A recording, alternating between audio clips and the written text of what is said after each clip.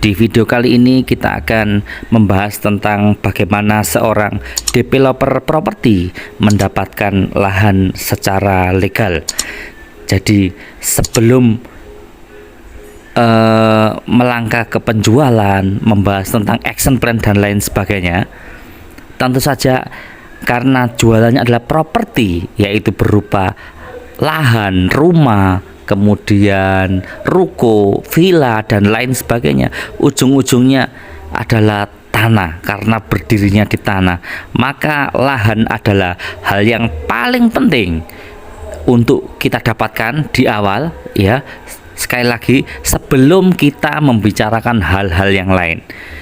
Untuk itu pengetahuan bagaimana mendapatkan lahan secara legal ini sangat-sangat penting bagi kita, meskipun barangkali Anda saat ini adalah baru menjadi seorang marketing yang ingin naik kelas menjadi developer properti. Jadi yang pertama adalah bagaimana mendapatkan lahannya. Yang pertama, bisa jadi Anda membelinya lebih mahal daripada harga yang ditawarkan.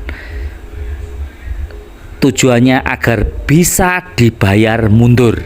Jadi agar bisa dibayar mundur, tidak sekali bayar, dibayarnya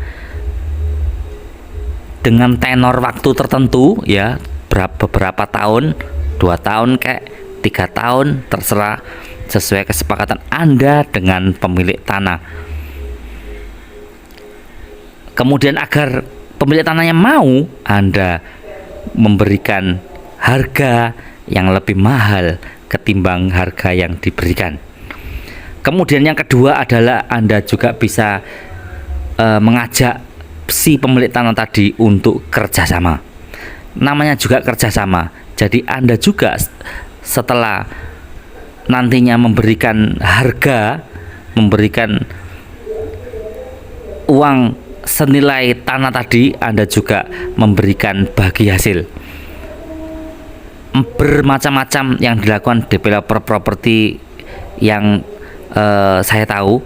Ada yang diberi bagi hasil secara uang, ada yang diberi bagi hasil secara dibangunkan rumah di dalam proyek tersebut. Kemudian ada yang diberikan kafling di proyek tersebut dan lain sebagainya. Yang penting benar-benar sesuai kesepakatan kedua belah pihak tersebut. Kemudian ada juga developer properti itu mendapatkan lahannya secara legal adalah dibeli secara langsung lahannya pakai uang investor.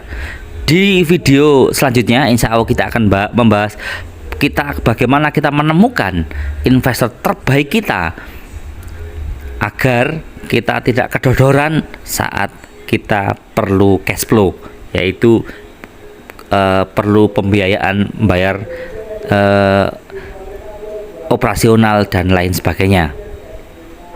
Walaupun tadi disebutkan kita dengan cara membayar mundur tadi, ya, mendapatkan lahan secara legal tadi, kemudian kerjasama, yang ketiga adalah membeli lahannya dengan dana dari investor. Semua tadi harus tertulis, baik tertulisnya itu di bawah tangan atau di depan notaris.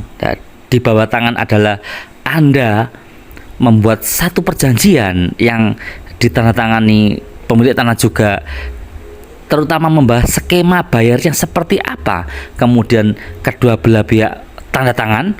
Setelah itu Anda bisa mendaftarkan perjanjian Anda tersebut sehingga oleh notaris distempel.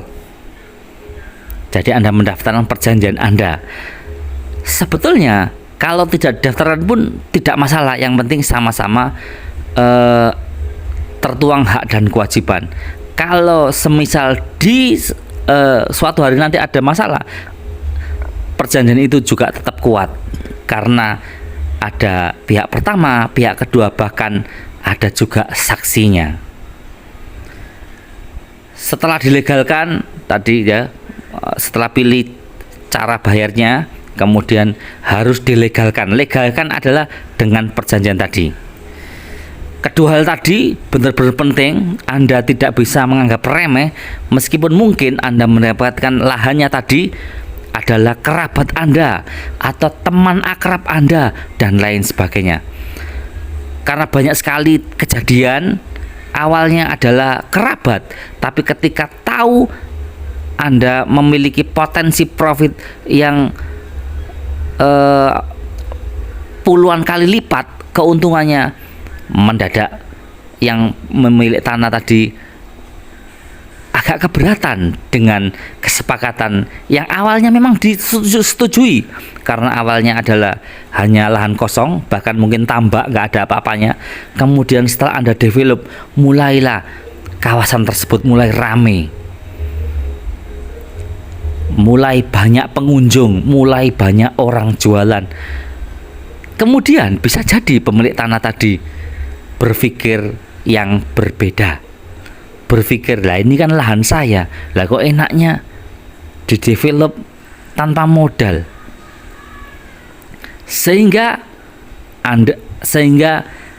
berpikir macam-macam dan akhirnya berulah sedemikian rupa sehingga Anda tidak jadi atau mengembalikan lahannya dengan tentu saja banyak sekali kerugian, termasuk kerugian dari konsumen, kerugian lokasi, kerugian waktu, dan biaya yang tidak sedikit yang sudah masuk di dalam proyek tersebut. Oleh karenanya, sekali lagi, meskipun kerabat Anda, meskipun teman dekat Anda, harus ada perjanjian yang tertulis, karena dikhawatirkan di suatu ketika nanti terjadi hal-hal yang tidak diinginkan. Maka apabila itu terjadi, Anda tinggal keluarkan senjata Anda, yaitu perjanjian tadi. Anda bisa tuntut orang tersebut sekian kali lipat apabila membatalkan, apabila melakukan hal-hal yang merugikan Anda dan juga bisnis Anda. Karena ini bukan tentang Anda saja, ini juga tentang puluhan bahkan ratusan konsumen Anda yang rumahnya sedang dibangun, kaflingnya sedang diuruk, dan lain sebagainya. Hanya karena ketamaan pemilik tanah, semuanya bisa amburadul kalau Anda tidak membuat legal dengan benar.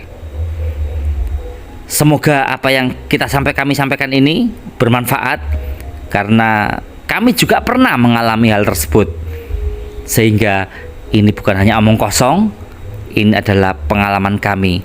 Dan apabila itu terjadi, sekali lagi biayanya sangat besar. Kemudian kekecewaan konsumen bukan ke pemilik tanah, kekecewaannya itu pasti ke Anda. Kemudian trust konsumen mulai pudar, dan itu akan merusak reputasi Anda di dalam dunia perdeveloperan. Terima kasih, semoga bermanfaat.